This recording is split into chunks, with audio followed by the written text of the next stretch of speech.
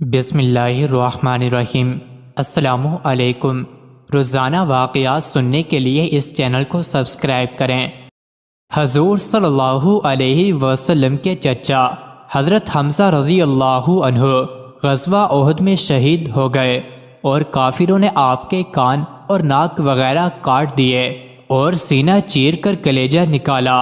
لڑائی ختم ہونے کے بعد حضور صلی اللہ علیہ وسلم اور دوسرے صحابہ کرام شہیدوں کی نعشیں تلاش کر کے ان کی تدفین کا انتظام فرما رہے تھے کہ حضرت حمزہ رضی اللہ عنہ کو اس حالت میں دیکھا تو ان کو نہایت صدمہ ہوا اور ان کے جسم کو چادر سے ڈھانپ دیا۔ اتنے میں حضرت حمزہ رضی اللہ عنہ کی حقیقی بہن حضرت صفیہ رضی اللہ عنہ تشریف لائی تاکہ اپنے بھائی کی حالت کو دیکھے۔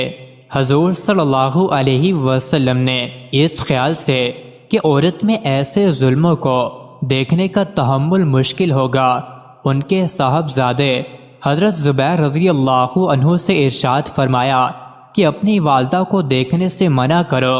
انہوں نے والدہ سے عرض کیا کہ حضور صلی اللہ علیہ وسلم نے دیکھنے سے منع فرما دیا۔ انہوں نے کہا کہ میں نے سنا ہے کہ میرے بھائی کے ناک کان وغیرہ کاٹ دیے گئے۔ اللہ کے راستے میں یہ کون سی بڑی بات ہے، ہم اس پر راضی ہیں۔ میں اللہ سے ثواب کی امید رکھتی ہوں اور صبر کروں گی۔ حضرت زبیر رضی اللہ عنہ نے حضور صلی اللہ علیہ وسلم سے جا کر اس کلام کا ذکر کیا تو حضور صلی اللہ علیہ وسلم نے یہ جواب سن کر دیکھنے کی اجازت عطا فرما دی۔ آ کر دیکھا، ان اللہ پڑھی اور ان کے لیے دعا کی۔ ایک روایت میں کہ جہاں حضرت حمزہ رضی اللہ عنہ کی لاش رکھی ہوئی تھی وہاں ایک عورت تیزی سے آ رہی تھی۔ حضور صلی اللہ علیہ وسلم نے فرمایا، عورت کو روکو۔ حضرت زبیر رضی اللہ عنہ کہتے ہیں کہ میں نے پہچان لیا کہ میری والدہ ہے۔ میں نے انہیں روکا لیکن وہ قوی تھی اور کہا کہ ہٹ جاؤ۔ میں نے کہا حضور صلی اللہ علیہ وسلم نے منع فرمایا ہے، تو فوراً کھڑی ہو گئی۔ اس کے بعد 2 کپڑے نکالے اور فرمایا کہ میں اپنے بھائی کے کفن کے لیے یہ لائی تھی کیونکہ میں ان کے انتقال کی خبر سن چکی تھی۔ ان کپڑوں میں ان کو دفنا دینا۔ ہم لوگ وہ کپڑے لے کر حضرت حمزہ رضی اللہ عنہ کو کفنانے لگے کہ برابر میں ایک انصاری شہید پڑے ہوئے تھے جن کا نام حضرت سہیل رضی اللہ عنہ تھا۔ ان کا بھی کفار نے ایسا ہی حال کیا تھا جیسا کہ حضرت حمزہ رضی اللہ عنہ کا تھا۔ ہمیں اس بات سے شرم آئی کہ حضرت حمزہ رضی اللہ عنہ کو 2 کپڑوں میں کفن دیا جائے اور انصاری کے پاس ایک بھی نہ ہو، اس لیے ہم نے دونوں کے لیے ایک ایک کپڑا تجویز کر دیا، مگر ایک کپڑا ان میں بڑا تھا، دوسرا چھوٹا، تو ہم نے قرعہ ڈالا۔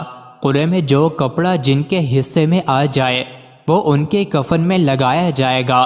چنانچہ قرعے میں بڑا کپڑا حضرت سہیل رضی اللہ عنہ کے حصے میں آیا اور چھوٹا حضرت حمزہ رضی اللہ عنہ کے حصے میں آیا، جو ان کے قد سے بھی کم تھا۔ اگر سر ڈھانکا جاتا تو پاؤں کھل جاتے اور پاؤں کی طرف کیا جاتا تو سر کھل جاتا۔ حضور صلی اللہ علیہ وسلم نے ارشاد فرمایا کہ سر کو کپڑے سے ڈھانک دو اور پاؤں پر پتے وغیرہ ڈال دو۔ ڈاکٹر نور احمد نور لکھتے ہیں کہ میں سعودی عرب میں بریدہ کے مقام پر اپنا مطب چلاتا تھا۔ یہ 1968 کی بات ہے۔ جمعے کے دن زیارت کے لیے مدینہ منورہ گیا۔ وہاں ایک ڈاکٹر دوست کے ہاں قیام کیا۔